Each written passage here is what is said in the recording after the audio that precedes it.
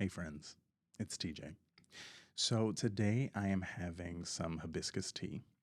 It's very fruity, very floral, kind of reminds me of pomegranate juice in a way, has a little bit of a bite on the end. But have you ever wondered, what does it take to build a healthy and fulfilling relationship? Let's dive in.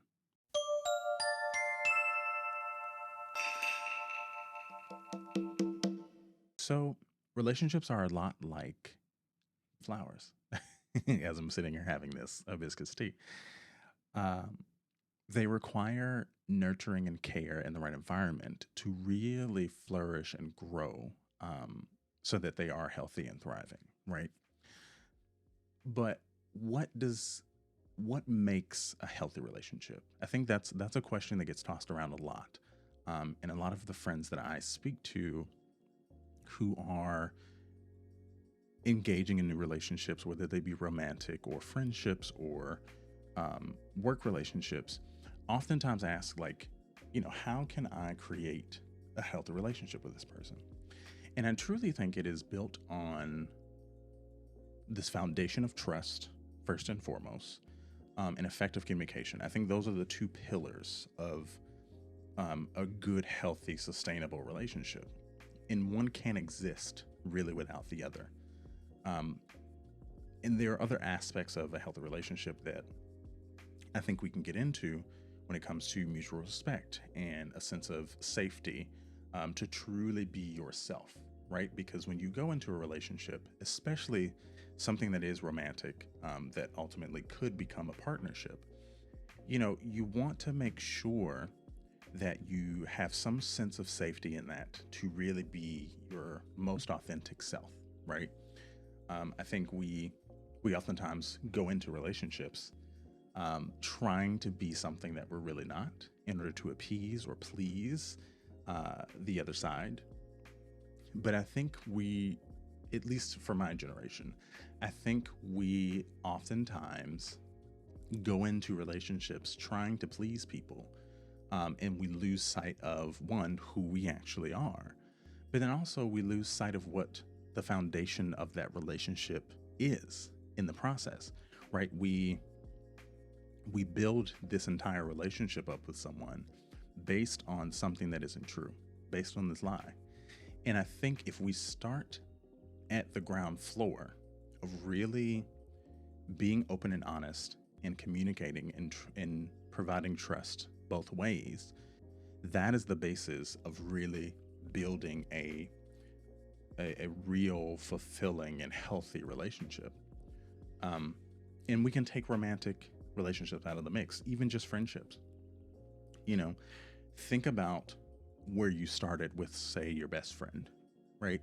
You didn't immediately start um, doing all of these things to try to hook them in, right? You presented yourself just as you were, and that's what they loved about you, and that's how you became best friends, right?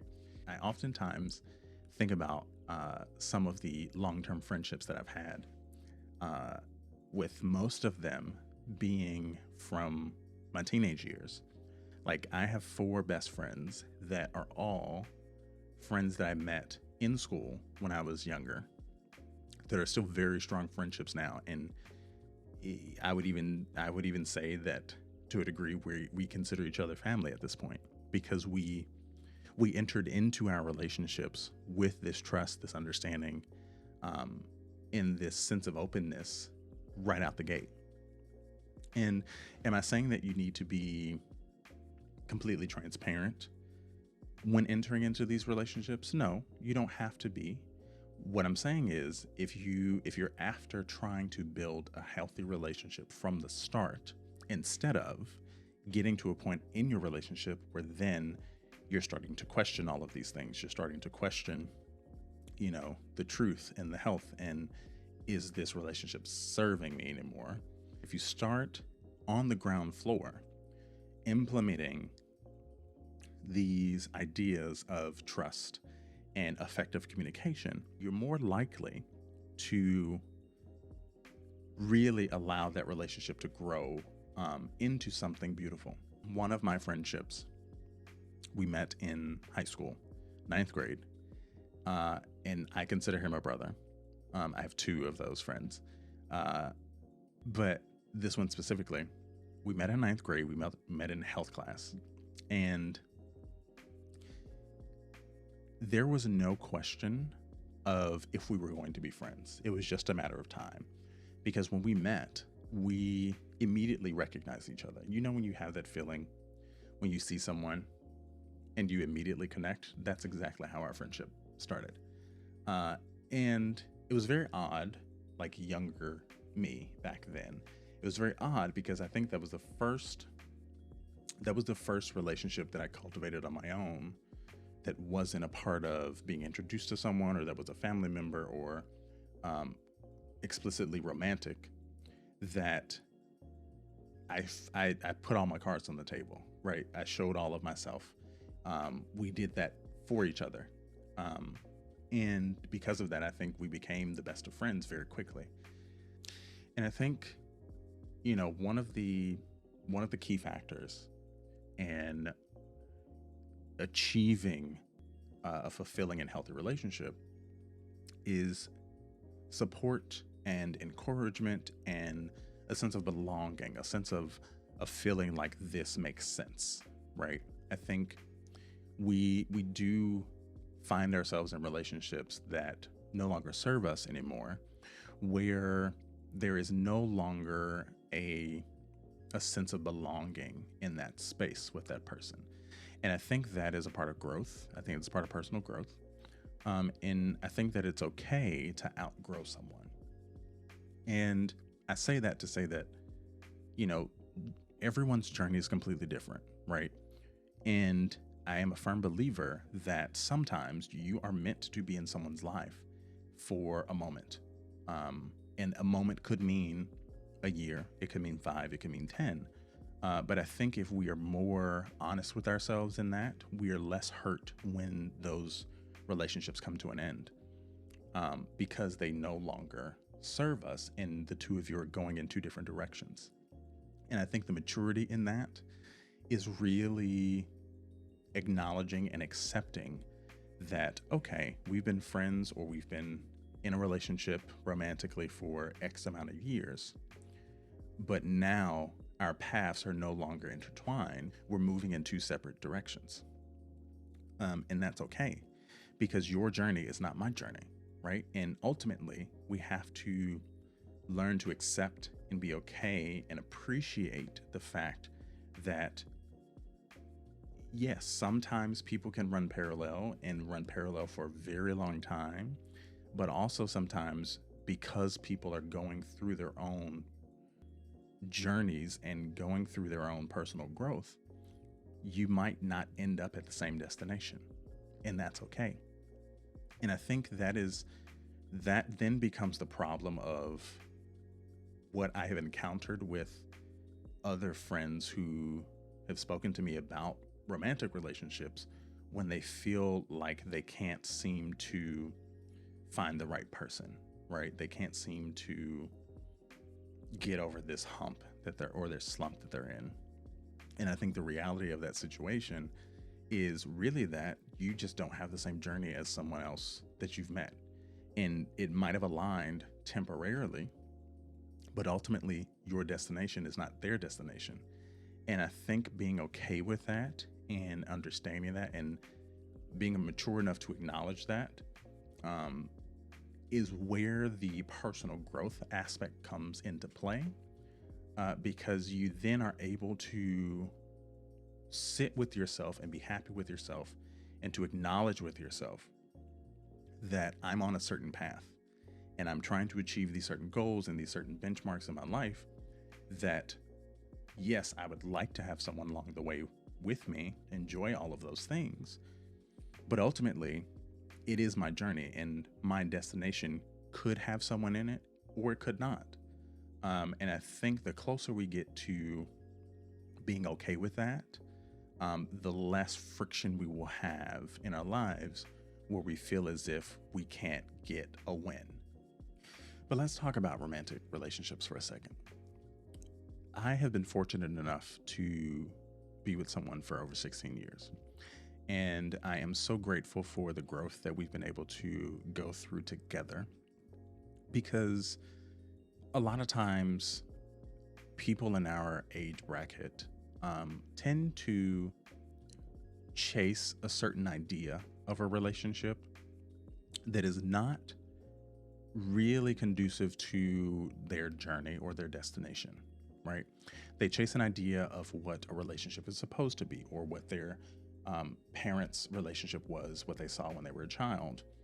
And I think if we're being completely honest with ourselves and really dedicated to personal growth, is understanding and realizing that sometimes your relationship does not look like your best friend's relationship. Your relationship does not look like your parents' relationship, right? And I think the more, the older we get, and the more we realize that to implement these ideas of trust and communication and mutual respect and a sense of safety and a sense of self, that if we implement all of those things, if the partner that is involved in that relationship with you is on board with all of that, it can be whatever it wants, right? It can be fulfilling in a different kind of way than what we might have seen growing up. I remember having a conversation with a friend who based their entire romantic relationship based off of what they saw as a child, and saying, oh, I don't want my relationship to be like that. And I understand that to a degree.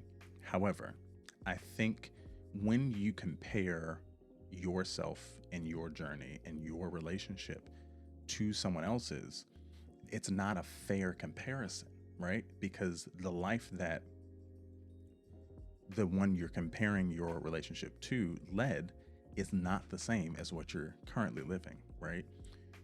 You know, it was a different time. It was a different environment. And the world we live in now, you know, I've met people and heard stories of relationships that exist that are romantic. However, they, as a part of their commitment to each other, they spend X amount of time separately from each other, right? In order to continue to help define themselves as individuals. And I feel like a lot of the relationships that we saw growing up were hinged on this idea of being a pair and losing a sense of individuality. And as someone who is trying to be a better person and trying to engage with my life more outside of my career and my relationships, I view myself as a priority over my relationship, mainly so that I don't lose myself in the relationship, right? And same for my partner, where we are very much two individuals who come together to form our relationship, not a relationship that has two individuals in it, right?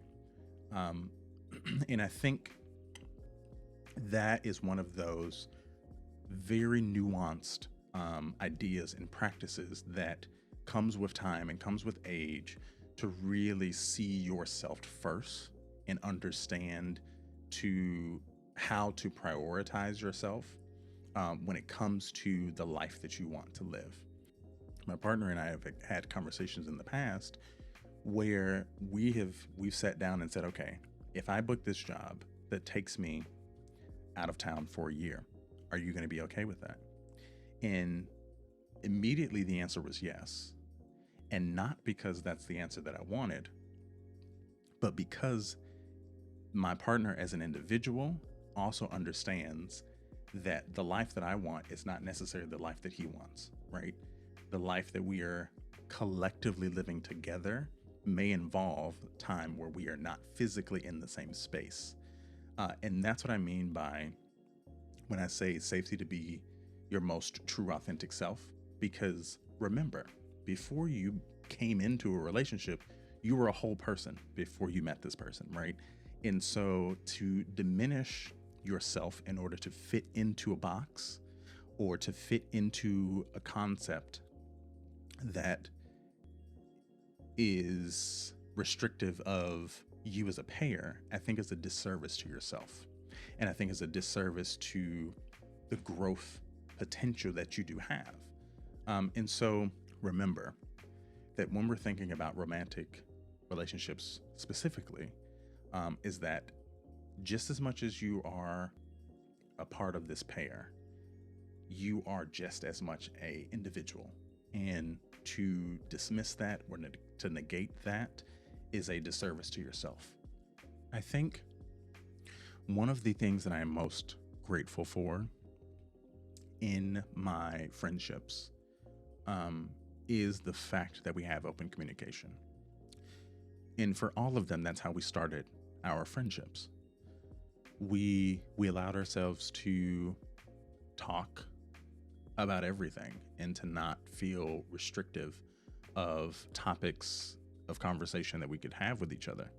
And the interesting thing is that we all come from different backgrounds, different upbringings, different lifestyles. And I'm so grateful and appreciative of my core group of friends, because it truly has shown me over the years where my truest self lies, like where my truest self lives. And to be able to have a space to develop and to engage with other people who are not judging me and not criticizing me is such a beautiful thing to have.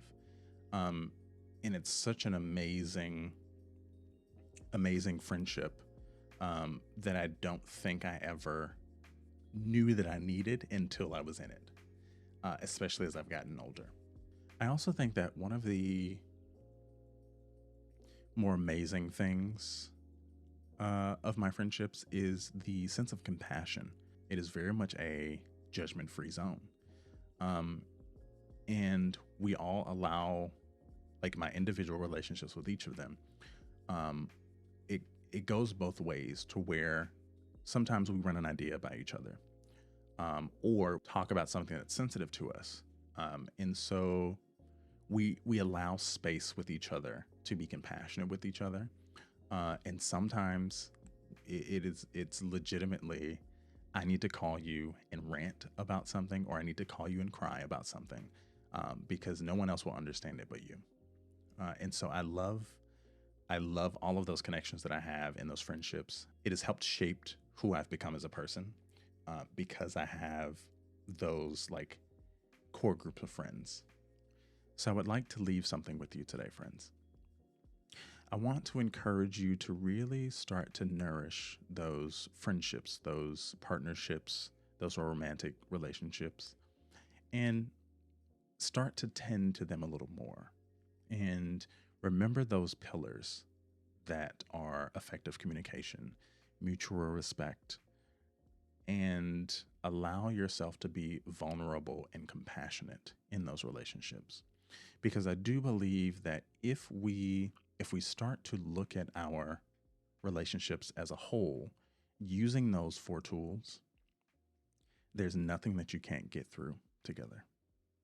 And with that, I'll see you next week.